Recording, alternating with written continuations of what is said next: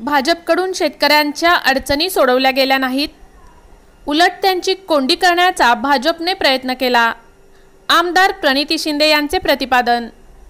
सोलापूर लोकसभा मतदारसंघाच्या काँग्रेस महाविकास आघाडीच्या उमेदवार तथा आमदार प्रणितीताई शिंदे यांनी आज शुक्रवार रोजी फुलचिंचोळी, मगरवाडी, तारापूर, खरसोळी, पोहरगाव, विटे, आंबेचिंचोळी, शंकरगाव या गावांचा गावभेट दौरा आणि कोपरा सभा घेण्यात आले असता आमदार प्रणितीताई शिंदे बोलत होत्या।